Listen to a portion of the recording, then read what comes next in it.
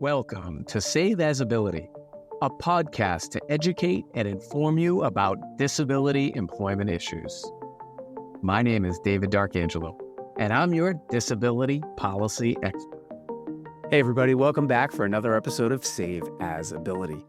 It's David D'Arcangelo, another episode here. We've got a guest today, a great guest. But before we get to our great guest, we want to remind you if you could please help us out by liking, subscribing, sharing. Sharing really helps us grow, and we can continue to get our message out about disability issues to our community. So we've got an important issue here today. And to help us explain the ABLE Act, we have Adam Hartwell. Welcome in, Adam. Well, thank you so much, David. It's a pleasure to be here. Adam is with the Massachusetts Educational Finance Authority, right? MIFA. Yep. And they generally do like the college loan programs and things. But a few years back, I had a very small role when I was the director of the Office on Disability, but to work with MIFA to kind of install and stand up the ABLE Act here in Massachusetts, which is called the Attainable program, I believe. So Adam's here to tell us all about that today. So welcome in, Adam. Glad to be here. So ABLE is short form for the Stephen Beck Jr. Achieving a Better Life Experience Act, which was signed into law in 2014. And one of the ways that it was put forth is that every state controls their own version of the program with several federal standards. So that's why that almost every state's going to have their own name for it. And here in Massachusetts, we call it the Attainable Savings Program. The idea of the program was to allow people the opportunity to save in a way that had been unavailable to them in years prior, particularly anyone who is on some sort of limiter on the amount of assets they're allowed to hold. For instance, people who are utilizing SSI, have VA pensions. There's a lot of different things that might come into play when it says you're making too much money and therefore you can't receive assistance, which means then you end up being worse off than you would be if you ended up trying to even like start getting a job and pulling yourself out of whatever situation you were in. Yeah, we've had many programs on the cash cliff or benefits cliff, whatever you want to call it. Right. And so, yeah, ABLE Act is important. I remember before the ABLE Act existed, my brother, who was a person with a very significant disability, I was the executor of his estate, and trying to help him manage his finances, we ended up having to go get an attorney, spend tons of money on a very sophisticated special needs trust, which is all very intricate, first party, third party, pooled. You got a lot of choices you got to make. And every time you want to change up how your spending patterns work, but they are an incredibly useful tool, particularly if you've got a lot of money that you need to be able to put in a certain space without impacting those benefits. Sure. And there still is a place for those with the ABLE Act, but I think the ABLE Act now, you've all made it so available and so easy. Tell our listeners and viewers out there a little bit about how they can get involved, either for themselves as individuals with disabilities or as people within the solar system, maybe the family or the, friends or somebody, guardians of people with disabilities. Well, once again, you can open an ABLE Act in any state, no matter where you live. So you can open one in Massachusetts if you live in California, or vice versa, and this, that, and the other thing. So you look at the programs that you want. Again, there's federal rules that are in place. So essentially, instead of having like a $2,000 asset limit for SSI, if you're putting money into an ABLE account, it goes up to $100,000 before your benefits are affected. Here in Massachusetts, our partner, our program manager, is Fidelity Investments. So if you wanted to open an ABLE account in Massachusetts, you go to fidelity.com/ABLE and you just follow the prompts from there. It's a very simple process. People are allowed to open them on behalf of someone that they're responsible for. If you have someone who is, either someone with a very significant disability or this side of the other thing, as you may have described for your brother there. Now for my daughter, we didn't have one for my brother. For my brother, we had the special needs trust, but for my daughter, Isabella, we have an ABLE Act account. And I also set one up for myself, although I don't really make any contributions to that. Hey, it's a really great program, and it honestly improved almost every year that it's been in existence.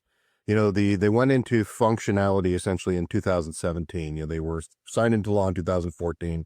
Took them a couple of years to work out exactly how they were going to be utilized. But because they have increased what your contribution limit is almost every year, the ability to roll a 529 college savings program, you can now roll into ABLE permanently. That was done recently. We're past the ABLE Age Adjustment Act, so eligibility is expanding dramatically at the end of this year. And essentially, what an ABLE account is it's an investment account for what are called qualified disability expenses. The nice thing is that qualified disability expenses, people have recognized that almost all parts of life cost more money if you're living with a disability. So almost everything that is not purely recreation is a qualified disability expense. Healthcare is a qualified disability expense. Assistive technology, including durable assistive technology like wheelchairs, things Which is like great, and that's a huge. big delineation from the special needs trust where you can, there's food, clothing, shelter, you can't use it on that stuff. It's Right. like all these other very specific rules. And So the specifically, you ABLE Act, can do, yeah, yeah, we actually got a clarification. All food counts for, you can use it for an ABLE expense. So you can go to McDonald's and spend money out of ABLE account, or you can go to buy your groceries.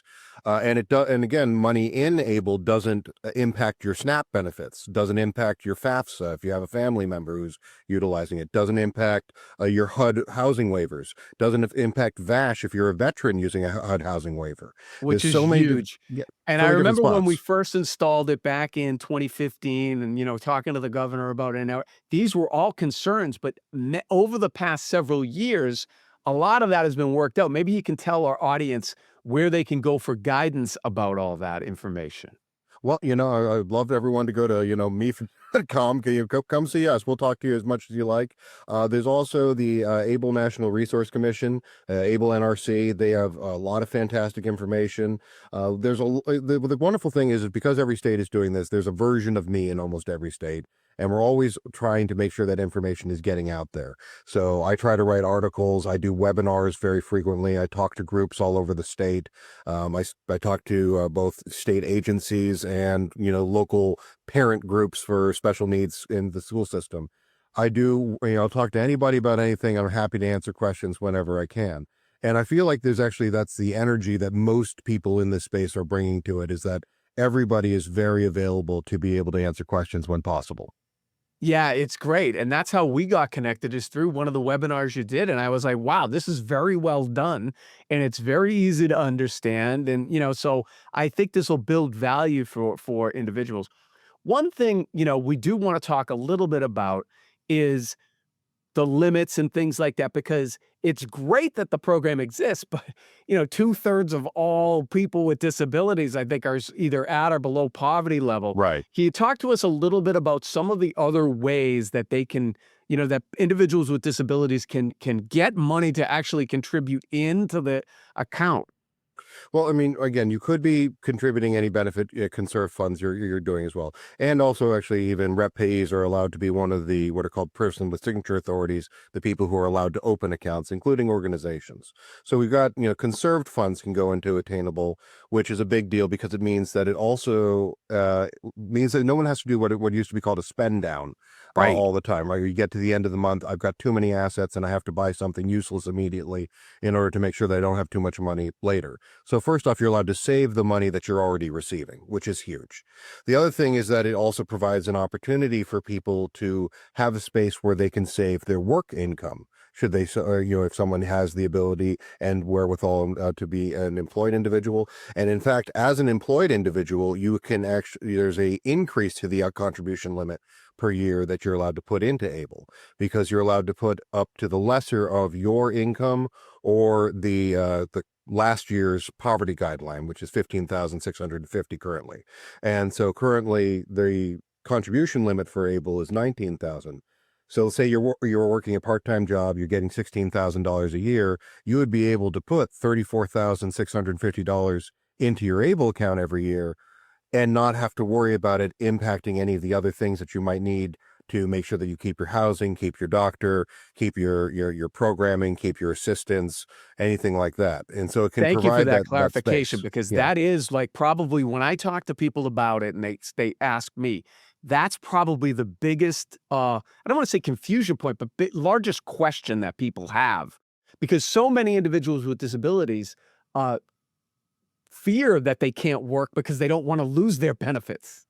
Right, and there is there's a separation here, right? Because able is separate from, if you're working, a job where you go to the point where you're working full-time hours and you're earning enough money that you're going to lose your SSI. And I do want to make a clarification because this is a sticking point for me. You never lose your SSI; it gets suspended. And Right. that's the thing. I just did it myself, right? But you're never going to lose it. It just gets suspended until you need it again. And let's make sure that that's very clear. But the point is one of the things you can use an ABLE account for is actually to provide the opportunity to take a chance on yourself in that way.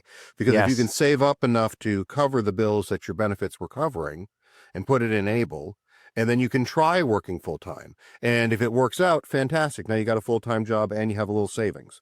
But if it doesn't work out, you can use the cushion, because you were allowed to have one for the first time ever, to cover those expenses while you reinstate your SSI.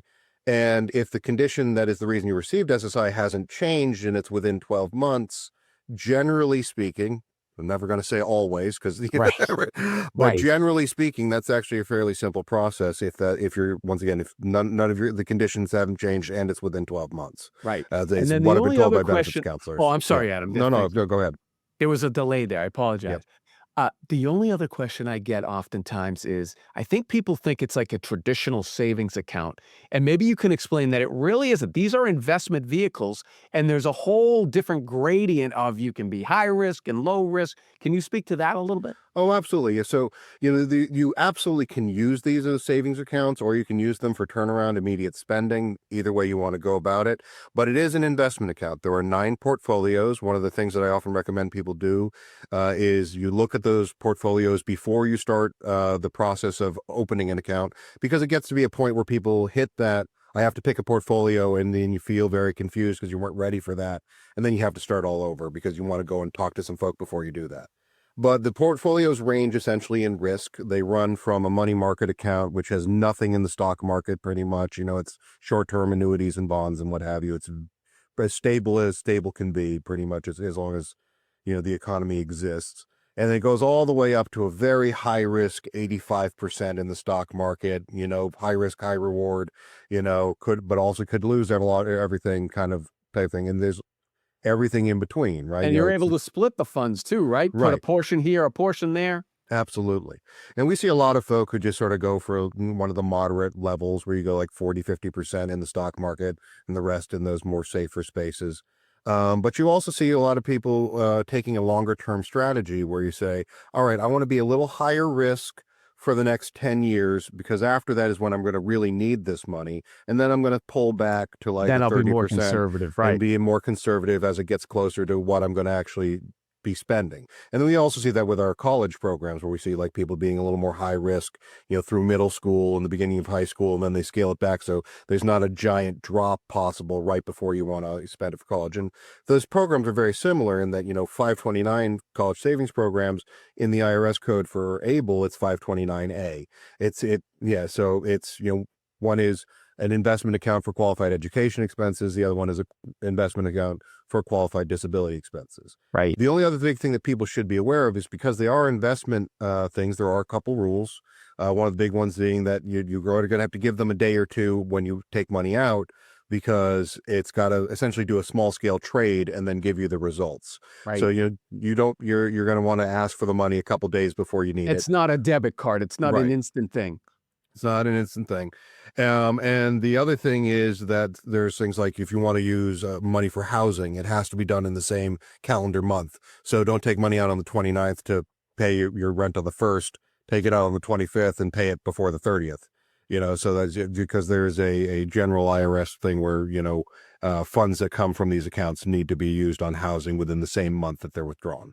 But beyond that, there's a lot of freedom with the accounts. We see a lot of people being able to really expand their lifestyles, and be able to pull themselves out of, more difficult situations, whatever, simply because, not even because they're making more money, but mostly because they are able to save the money that they're receiving for their needs when they need them.